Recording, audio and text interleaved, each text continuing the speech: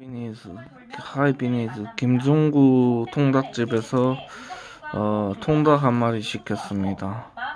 한번 먹어보도록 하겠습니다. 녹색정의당은 마포와 은평에서 탈석탄, 탈핵을 앞당기겠다며 조율을 강조한 유세를 펼치고 있습니다. 새로운 미래는 여의도와 구로, 광진 등을 찾아 벚꽃 행진 캠페인을 하며 민생을 해결하는 정치를 외치고 있습니다. 개혁신당은 경기 수원과 튀김이 바삭합니다. 기성 정치를 비판하며 집중 유세를 벌이고 있는데 김종인 상임고문도 합류했습니다. 제가 준비한 소식은 여기까지입니다. 잠시 후에 닭은 중닭으로 썼네요. 지금까지 국회 오픈 스튜디오에서 연합뉴스TV 장효입니다. 네, 이번 총선은 사전투표율이 30%를 넘기면서 역대 총선 최고치를 기록하자 이번에 투표율이 33.1% 나와서 역대 최고치라고 합니다. 어떤 영향을 미칠지에 대해서도 여러 해석들이 나오고 있습니다. 정영진 기자가 보도합니다.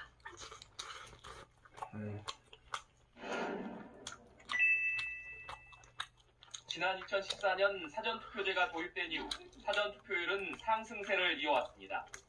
2016년 20대 총선 고기도 당시 부드럽고 맛있습니다. 12%였던 사전투표율은 2020년 21대 총선에서 26.7%로 2배 이상 뛰어올랐고 이번 총선에서는 31.28%로 역대 최고치를 기록했습니다.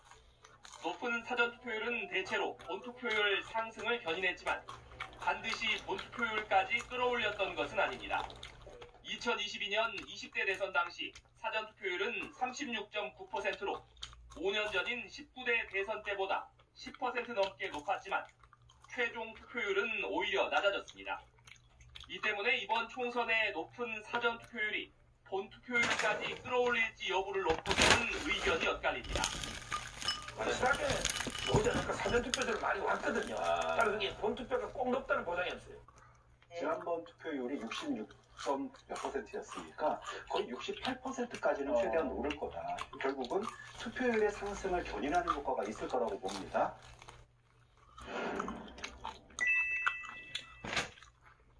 과거에는 높은 사전투표율이 진보 진영에 유리하다는 선거 통념이 있었습니다. 하지만 최근 실시된 선거 결과를 보면 꼭 그런 것만은 아닙니다.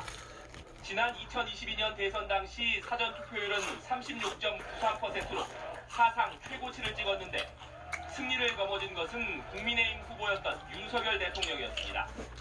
이에 역대 총선 최고치인 이번 사전투표율을 놓고 여야도 상반된 해석을 내놓고 있습니다. 국민의힘은 지도부의 적극적 사전투표 참여 독려에 지지자들이 화답한 것이라고, 민주당은 윤석열 정권 심판을 바라는 민심이 사전투표율에 고스란히 반영됐다고 평가했습니다. 연합뉴스TV 정영빈입니다. 네, 총선 격전지를 가다 이번에 소개해드릴 곳은 인천 연수구 갑입니다. 벌써 세 번째 같은 후보가 다시 붙는 리턴 매치가 진행되는 곳인데요. 원도심의 표심을 잡기 위해 국민의힘에서는 정승현 후보가, 더불어민주당에선 박찬대 후보가 불꽃 대결을 펼치고 있습니다. 한홍희 기자가 다녀왔습니다. 인천의 첫 신도시였지만 이제는 재정비가 시급한 원도심이 된 인천 연수구 갑. 이번 22대 총선에서는 세 번째 재대결이